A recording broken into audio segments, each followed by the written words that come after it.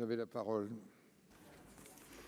Monsieur le président, madame la ministre, mes chers collègues, nous avons examiné la semaine dernière le projet de loi de financement de la sécurité sociale pour 2021. Les débats ont été l'occasion de dresser un premier état des lieux de notre système de santé, 8 mois après le début de l'épidémie de covid-19. Cette crise, nul ne pouvait la prévoir. En revanche, il nous appartient à tous de réagir de façon responsable pour en limiter les dommages. Cette responsabilité partagée, nous la devons aux soignants, aux infirmiers, aux aides-soignants, au personnel des EHPAD, à tous les malades de la covid-19 hospitalisés. Nous la devons aussi à toutes les victimes collatérales de la crise sanitaire, les commerçants, les restaurateurs, les artisans, les artistes et tant d'autres dans de multiples secteurs qui font face aux répercussions économiques et sociales des mesures sanitaires. Des mesures graves mais nécessaires qui appellent un financement exceptionnel limité à quelques années à venir. Aussi, le texte que nous avons examiné comporte un certain nombre de mesures d'urgence, mais n'élude pas la question de réformes plus structurelles, issues notamment du Ségur de la santé. Tout d'abord, l'Ondam 2020 est revalorisé de 10 milliards d'euros, auxquels s'ajoutent les 4,4 milliards d'euros votés à l'Assemblée nationale, puis 800 millions au Sénat, pour atteindre 218,9 milliards d'euros contre 205 milliards prévus initialement. Une contribution exceptionnelle des OCAM sera mise en place au titre des années 2020 et 2021, sachant que le Sénat a adopté une mesure de différenciation des taux applicables selon le caractère lucratif ou non de l'organisme visé. Alors que la crise sanitaire a provoqué une forte augmentation des dépenses de la branche maladie, les organismes complémentaires ont économisé 2 milliards d'euros de remboursement durant la crise. Aussi, il nous semble que ces contributions sont justifiées. D'autres mesures conjoncturelles importantes ont été adaptées à l'évolution de la crise et votées. Il s'agit de la prolongation du dispositif d'indemnité en cas d'activité partielle et de la création d'un dispositif complémentaire d'exonération des bénéfices pour les secteurs fermés totalement ou situés dans les zones de couvre-feu et ayant subi une baisse d'activité. À l'initiative du Gouvernement, les conditions de baisse d'activité ont été assouplies pour les secteurs dépendants des secteurs les plus affectés. Il s'agit d'une mesure très attendue par de nombreuses entreprises, notamment dans le secteur culturel.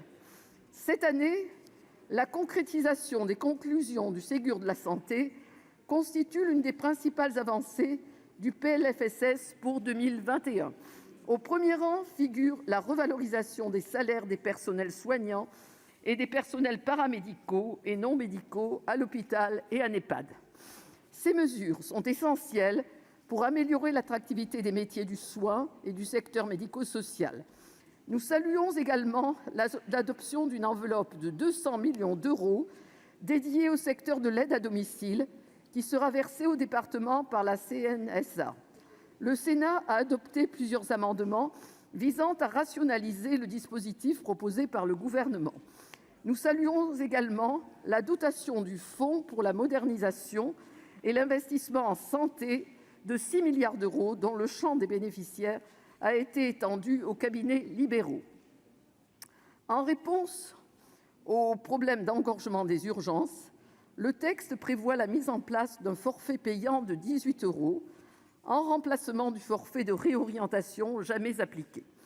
Nous sommes sceptiques sur l'efficacité d'un tel dispositif qui pourrait se traduire par un renoncement aux soins et à une aggravation de l'état de santé des patients les plus précaires.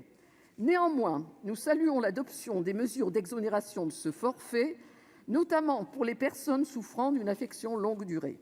Le Sénat a également adopté un nouveau dispositif défendu par notre groupe, permettant, à titre expérimental, le développement de l'offre de téléconsultation en amont du passage aux urgences dans les établissements de santé. Je voudrais saluer la création d'une dotation finançant une mission d'intérêt général dédiée à la prise en charge des femmes victimes de violences. Le ministère de l'Intérieur a rendu un premier bilan hier suite au Grenelle des violences conjugales, indiquant une hausse de 16 % du nombre de victimes en 2019. Plusieurs dispositions visent à favoriser l'accessibilité des soins sur l'ensemble du territoire. Je pense notamment à l'amendement adopté par le Sénat qui vise à encourager les poursuites d'activités des professionnels de santé situés dans les déserts médicaux qui choisissent de continuer à exercer au-delà de l'âge légal de départ à la retraite. L'instauration d'une durée légale minimale de 4 mois de stockage pour les médicaments à intérêt thérapeutique majeur va également contribuer à renforcer la continuité des soins, notamment pour les malades du cancer.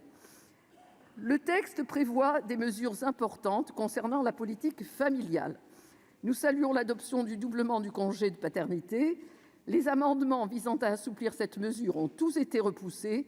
Nous savons qu'il existe de fortes disparités en matière de prise de congé de paternité selon le type de contrat de travail. Le versement de la prime de naissance a été avancé avant la fin du mois civil suivant le 6e mois de grossesse. C'est une mesure très attendue qui permettra aux familles de mieux préparer l'accueil de l'enfant. Enfin, nous sommes favorables, bien sûr, à la généralisation des maisons de naissance, qui seront aussi des lieux de prévention, d'éducation thérapeutique et de formation pour les sages-femmes. Nous saluons les avancées adoptées en matière de prise en charge de la dépendance et d'adaptation de la société au vieillissement de la population, mais restons dans l'expectative de la loi sur le grand âge et sur le financement de la 5e branche, sachant que plus de 6 milliards d'euros sont attendus pour couvrir les besoins.